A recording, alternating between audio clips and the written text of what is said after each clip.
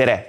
Kas oled mõelnud, milline võiks välja näha maakera kosmosest vaadelduna? Võib-olla oled sattunud nägema gloobust.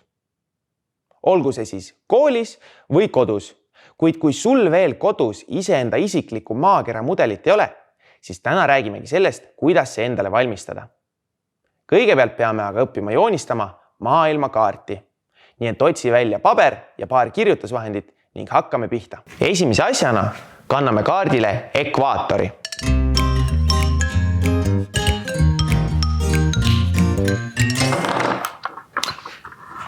Ekvaator on gloobusel see joon, mis jagata tinglikult pooleks. Lisaks ekvaatorile kanname kaardile veel pöörijooned nii põhja kui lõunapoolse ning polaarjooned samuti põhja ja lõuna pool. Need märgin punktiirijoonega.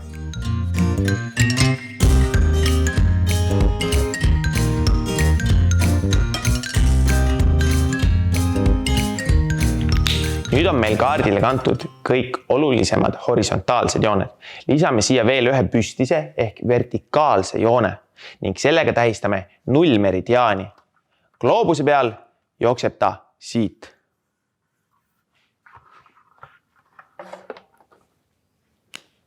Selle nullmeridiaani katsume märkida paberi või tahvli keskkohast pisut vasakule poole, siis on meil lihtsam kogu maakera kaardile ära mahutada. Et kaardile kantud jooni eristada maismaast, siis vahetan kirjutusvahendit. Edasi lähen rohelise pliiatsiga. Maailmakaardi joonistamist alustame ekvaatori ja nullmeridiaani ristumise kohalt ning tõmbame sinna esimese kriipsu. Selle kriipsu ümber hakkame joonistama Aafrikat. Kriipsu paremast servast liigume nüüd allapoole ning siia joonistame Aafrika lõunatipu. Siit liigume sujuvalt ülesse, napilt üle ekvaatori ning nüüd läheme diagonaalis üles vasakule poole. Et Aafrika kontuur lõpetada, siis läheme selle esialgse joone teisest otsast samuti ülesse ning tõmbame kokku kõik lahtised otsad. See on meie Aafrika. Edasi läheme Araabia poolsaarega. Seda alustame siit Aafrika kirdenurgast ning joonistame ta suhteliselt ilusa ristkülikuna. Kui 3 külge on joonistatud, siis ära enam 4. tõmba. Siit liigume edasi ida poole. Jõudes pöörijooneni, joonistame kaardile ka India poolsaare. India poolsaarest edasi jõuame Kagu-Aasiasse ning siin tuleb minna hästi teravalt korraks ekvaatorini välja, siis tulla tagasi ja ümber Tai liigume edasi Hiina suunas. Hiina teeme siia sellise ilusa suure kaarena ning kohe pärast Hiinat läheme üles ja joonistame siia Korea poolsaare. Korea poolsaarest läheme julgelt edasi ülesse Aasia kõige kirdepoolsemasse tippu. Kui jõuame üle polaarjoone, siis saame siia lisada ka Kamtšatka poolsaare. Ja siia lõpebki Euraasia mandri idapoolne äär. Korea poolsaarte kõrvale saame lisada ka ilusti Jaapani. Jaapani teeme ühest pikemast saarest ja siis lisame siia veel paar väiksemat ümarat saarekest, mis kuuluvad Jaapani koosseisu. Samuti siia ühe pisikese pikliku saare. Kõige keerulisem osa maailmakaardi joonistamise juures on Okeaania, sest seal on väga palju väiksemaid ja suuremaid saari. Kõiki me kindlasti sellele kaardile praegu ei kanna, kuid kõige suuremad ja tähtsamad kanname kaardile. Esimesena märgime saare siia nõnda, et ta läheks üle ekvaatori. Siis lisame teise umbes sama suure saare samuti ekvaatorile ja 3. ekvaatorist allapoole. Nende 3 saarega oleme paika pannud Okeaania tuumiku ning kindluse mõttes võime siia lisada veel väiksemad saared lõunaküljele. Okeaania alla joonistame Austraalia. Austraaliat alustame üleval pool pöörijoont ning joonistame kõigepealt siia sellise kaarekese. See kaareke määrab ära 2 poolsaart Austraalia põhjaküljes. Joonistame siia esimese ja liigume Austraalia alumisse otsa. Siit alt liigume sujuvalt läbi ja tuleme siia põhjapoolsesse teise tipu juurde tagasi. Austraaliast Kagu suunas saame kaardile lisada ka Uus-Meremaa Uus-Meremaa koosneb 2 saarest. Üks on natukene pisem ja teine pisut piklikum. Nüüd liigume tagasi Euroopa juurde. Aafrika loodetipu kohale märgime Pürenee poolsaare ehk ala, kus asuvad Hispaania ja Portugal. Siit liigume edasi mööda Prantsusmaad ja Põhjamerest ülesse. Kui tahad eriti detailne olla, siis kanna siia kaardile veel ka Läänemeri ja Soome laht. Siis saad pärast lihtsa vaevaga Eesti kaardilt üles leida. Nüüd joonistame siia veel Skandinaavia poolsaare ning saamegi liikuda siia Venemaa põhjakülge. Venemaa põhjaküljel on väga palju väikseid poolsaarekesi ja pisemaid saarekesi, kuid meie kaardi peal võime need lihtsalt omavahel vaba käega kokku tõmmata.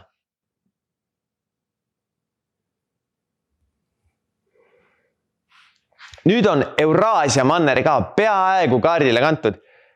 Lõpetamata on veel Euroopa lõunaserv, nii et nüüd liigume teiselt poolt Hispaaniat edasi Itaaliani ja sealt Balkani poolsaarele. Itaalia on teadupoolest saapakujuline maa, nii et joonistamegi ta siia täitsa saapakujuga. Ning seejärel läheme Balkanile, siin on veel Kreeka ja lõpetame Euroopa siia samasse Araabia poolsaare tippu. Nüüd ongi Euraasia manner lõpetatud ning saame liikuda üle Atlandi ookeani, et kaardile kanda veel ka Lõuna-Ameerika ja Põhja-Ameerika. Lõuna-Ameerika juures hakkame pihta siit ekvaatori kohalt. Liigume pisut lõuna poole, seejärel natukene diagonaalis kagusse ja jätkame otse jälle lõuna suunas mööda Tšiili rannikut. Lõuna-Ameerika tipp päris polaarjooneni välja ei lähe, nii et kindlasti lõpetasin enne polaarjoont ära. Kui oleme jõudnud tippu, siis siin otsas on pisut selline konksu meenutav osa, kuid kohe pärast konksu liigume kirde suunas mööda Brasiilia ja Argentiina rannikut üles tagasi. Kui oleme ületanud lõunapoolse pöörijoone, siis saame keerata rahulikult loode suunas, et lõpetada ära Lõuna-Ameerika manner. Lõuna-Ameerikast liigume edasi Põhja-Ameerikasse. Selle jaoks paneme oma kirjutusvahendi Lõuna-Ameerika kõige loodepoolsemasse nurka. Seal kohtub Lõuna-Ameerika Panamaga. Ja Panama on selline hästi kitsas maariba, nii et võimegi siit juba alustada 2 kitsa joone joonistamist. Praegu läheme edasi läänepoolsema joonega, sest sellega saame piiritleda Põhja-Ameerika lääneranniku. Kui liigume üle pöörijoone, siis saame joonistada siia veel hästi peenikese California poolsaare. Ja jätkame liikumist põhja suunas. Kui oleme jõudnud peaaegu polaarjooneni, siis liigume edasi lääne suunas, et joonistada Alaska poolsaar. Alaska põhja pool läheb polaarjoonest veelgi põhja poole. Sellest edasi liigume tagasi itta ning seal kohtume juba Kanada põhjarannikuga. Kanada põhjarannikul on väga palju väikeseid saarekesi, mida me kohe siia kindlasti kõiki kandma ei hakka, kuid väga tugevalt eristub seal üks selline suurem lahe sopp ja seda saame jällegi joonistada peaaegu nagu ristkülikut. Keerame nüüd oma maismaa piirjoonega sisse poole ja joonistamegi siia sellise ristkülikulaadse kujundi. Siit liigume edasi edela suunas ning võime siia lisada veel ka Florida poolsaare. Seejärel tõmbame kaare ümber Kariibi mere ning olemegi lõpetanud Põhja-Ameerika. Nüüd märgime kaardile veel ka mõned suuremad saared. Põhja-Ameerika ja Euroopa vahel asub Gröönimaa. Gröönimaa näeb välja pisut nagu sektor tordist või pitsast, mis on lapikuks astutud, nii et joonistamegi siia ta seesuguse kolmnurgana. Gröönimaa ja Euroopa vahele märgime veel ka Islandi. Island asub põhjapolaarjoonest pisut lõuna pool. Euroopast on veel puudu Suurbritannia ning Iirimaa, nii et lisame ka need nüüd kaardile. Teatavasti läbib nullmeridiaan Londoni linna, seega oleme enda kaardi natukene nullmeridiaanist mööda joonistanud. Kui joonistad teinekord jälle maailmakaarti, siis katsu seda meeles pidada. Viimasena kanname kaardile Antarktika. Alustame Antarktika joonistamisega Lõuna-Ameerika lõunaküljest. Paneme pliiatsi paberile või tahvlile täpselt polaarjoonele ning joonistame siia ühe lahe. Sellest edasi saame suhteliselt vabakäejoonega liikuda Antarktika kallast mööda edasi. Ning siia, kust lähme kaardi ühest servast justkui teise peale, joonistame teise lahe. Teiselt poole liigume siit jälle sujuva joonega, kuni jõuame servani ning lisame ka siia ühe lahe. Ja nüüd ongi valmis saanud meie maailmakaart. Detailide lisamiseks võid kanda kaardile veel mõned suuremad ja olulisemad saared. Näiteks siia Aafrika kõrvale saame joonistada Madagaskari, siia Kanada põhjarannikule võime lisada veel väiksemaid saarekesi ja Okeaaniasse saame näiteks lisada ka Filipiinid. Kui sul on veel mõni lemmiksaar, mida tahad kaardile kanda, siis tee seda nüüd. Kuid kuidas saame sellest maailmakaardist gloobuse? Järelikult on meil vaja mingit ümarat pinda. Selle jaoks sobivad hästi õhupallid. Kuid kui õhupalli täis puhud, siis vaata, et sa seda liiga suureks ei puhu, sest muidu ei ole ta enam kerakujuga, vaid läheb rohkem selliseks pirnjaks. Nii et õhupalli täis puhudes tee ta mõõduka suurusega. Teine asi, mida õhupalli valimisel jälgida, oleks see, et sinna oleks hea ja lihtne joonistada. Kui võtad sinist värvi õhupalli, siis on juba kõik ookeanid õiget värvi. Samas ei pruugi sinu kirjutusvahend siit välja paista. Seega mina soovitan kasutada valget õhupalli. Puhu see parajalt suureks, et ta jääks veel enam-vähem kerakujuliseks ja siis joonista samamoodi sinna maailmakaart peale. Minul on see juba tehtud. Minu gloobus on seesugune.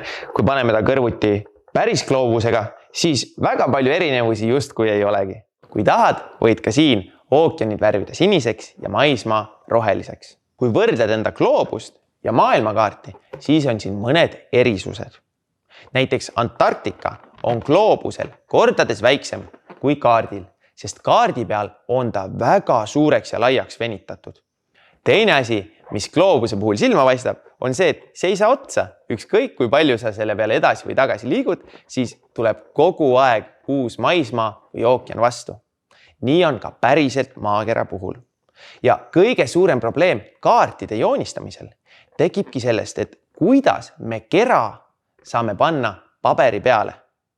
Et kõiki neid erisusi ka ise kodus proovida, siis võta enda maakera ja lõika ta kääridega katki. Ära lihtsalt kääre õhupalli sisse löö, sest siis võib ta lennata laiali mitmeks tükiks. Lõikame ta hästi ettevaatlikult siit sõlme juurest katki.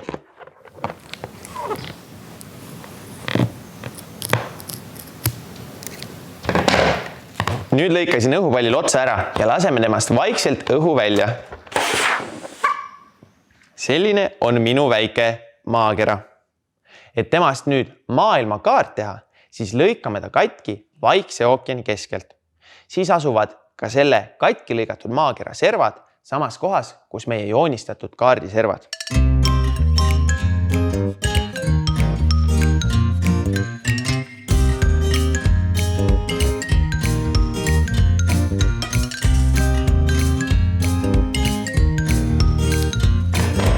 Lõikasin enda maakera katki kuni põhjapooluseni. Kui sellest üle lähen, siis see on lihtsalt 2 maakera poolt, kuid praegu on ta veel ühes tükis.